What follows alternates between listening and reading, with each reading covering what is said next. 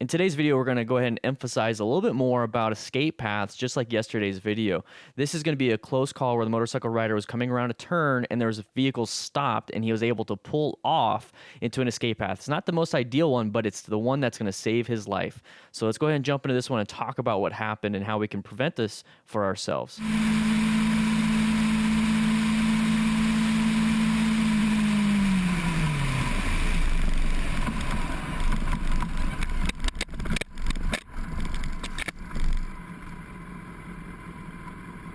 So today what we're going to be doing is spending a little bit of time on the maintaining of fundamental skills on top of the searching and recognizing hazards, and then also finding your escape paths. And that's the biggest thing here, is that this guy found an escape path, utilized his fundamental skills, and just took it. He had to do what he had to do. But how do we prevent that? So right here, once again, we're going to check this scene out, and right now it's a blind turn, okay? There's not much you can see around this corner, and I know this is the camera angle below, so we can't see exactly what this guy is seeing, but just based off of this right here, it's a blind turn. So slow it down. Remember, slow look, press, and roll, especially on blind turns, because you don't know what's around that corner. And that's what I keep mentioning during the live streams, is that if you can't see around the corner, don't haul ass around it, because you don't know what's on the other side.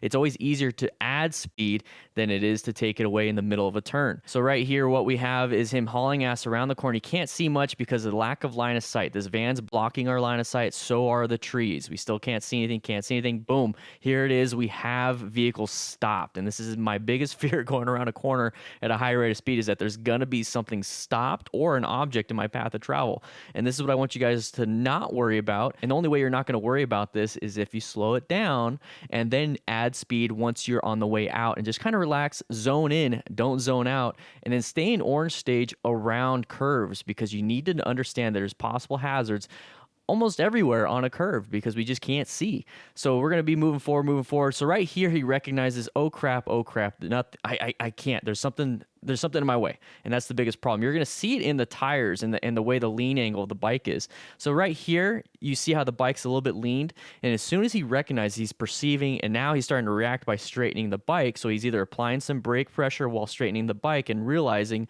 oh crap, I'm not going to stop in time. I need to do an escape path. I need to swerve. I need to get in a position where I can continue going forward while slowing down and not hit something. His total stopping distance isn't very good right here when he first perceives and reacts with the speed that he's at.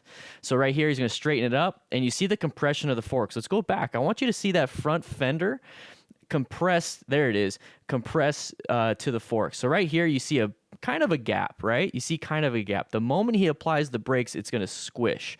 So watch that. And right there, that's when the brakes were applied. So this is something that I look for as a motorcycle coach: the compression of this, the body angle, the head tilt, all these different things. I'm looking for all of this when I do my own after action reviews of other motorcyclists. So that is very important. So tells me the moment he starts to apply the brakes, because he perceived it. Remember, perception, reaction. This is the reaction time.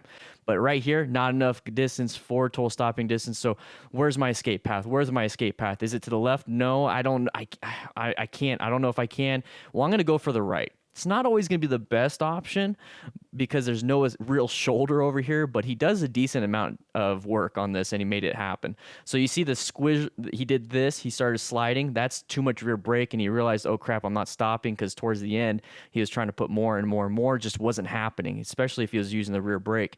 So right here, he found an escape path. He's able to make it, keep it upright, and right here, guys, this is what I'm talking about when it comes to how much room you truly need for an escape path. He's able to literally get into this tiny little area between the guardrail and then the van. Look there's not much right there, but this is all you need. I'd rather see somebody do this after making a mistake with their search, evaluate, execute than to crash into the back of the vehicle. So let's go back to right when it started, and we're going to talk about what went wrong, and then what went right, and then what you guys need to start practicing. So about right here, don't go this fast, especially around a blind turn. That's going to set you up to where you're not going to have the total stopping distance that you need when you need to use the brakes. So if you ever get into this position where you're going too fast for possibly to stop before the semi and the car right here, now we need to move on to swerving and then finding an escape path. So what he did wrong was going too fast. It's as simple as that. And that's all what he really did wrong on. So what he did right was he applied the brakes when he perceived it. So there's the application of the brakes. And what that's going to do is slow you down, which is going to buy you a couple milliseconds. It's not going to buy you like 2, 3, 5, 10 seconds. It's going to maybe buy you 1, maybe 2 at most at this situation of time to decide on what you want to do. And that's very important. So slow it down. Even though you're not going to be able to stop in time, it's still going to slow it down so you can start looking around. Okay, where can I go? Where can I go? Where can I go? And then you jump into the next mode of where's my escape path? And then what can I do about that escape path? So about right here, good job slowing it down, buying yourself some options. Right here is when he's starting to decide, where do I go? Where do I go? And he wouldn't have had this extra time if he didn't slow down. So it's like, where do I go, left or right? Well, he chose right. I personally would have chose left. And I understand it's the oncoming traffic, but remember, we're only using a small subsection of what we need to use because he used that on the right side. How about we use that small subsection on the left?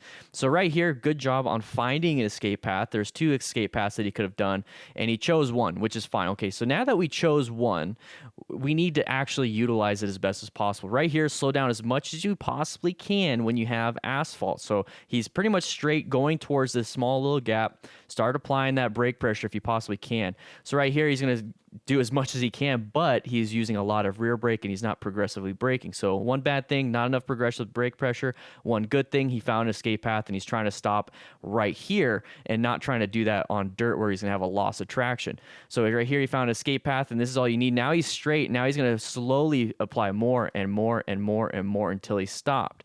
Typically what happens with a lot of people is that as soon as they get to about, let's keep going. As soon as they get to about like right here, they're like, oh crap, I haven't stopped yet. I'm still traveling a high rate of speed, slam the brakes, boom, dump the bike. What he did right was I'm not going to stop in time, but I'm going to keep using as much escape path as I possibly can, basically a runoff, and apply more and more and more until I stop. And I hope I stop before I hit something. So prevent the incident by not going as fast. Accelerate on the way out of a turn, not into and during the turn, not keep accelerating, to go faster. Especially on blind turns because you can't see much. Now, if that all fails, utilize good searching of escape paths and using your fundamental skills of braking and swerving if you possibly can. He did absolutely good on this one. This was a close call. It's better not to have close calls, but if you're going to have one, I'd rather have this one than some of the other ones that I talk about. So with that said, join us on live streams, guys. We do this Tuesdays and Thursdays where we do this absolutely live and we have a ton of fun having a good chat, and we're getting like 250, 300 people plus on these live streams. So it's a lot of fun to be able to chat with a lot of people. So make sure you check us out, hit that subscribe button so you're able to see it, which is, I think it's around here anyways. But with that said, I hope you guys ride safe, be safe, and I'll be seeing you around.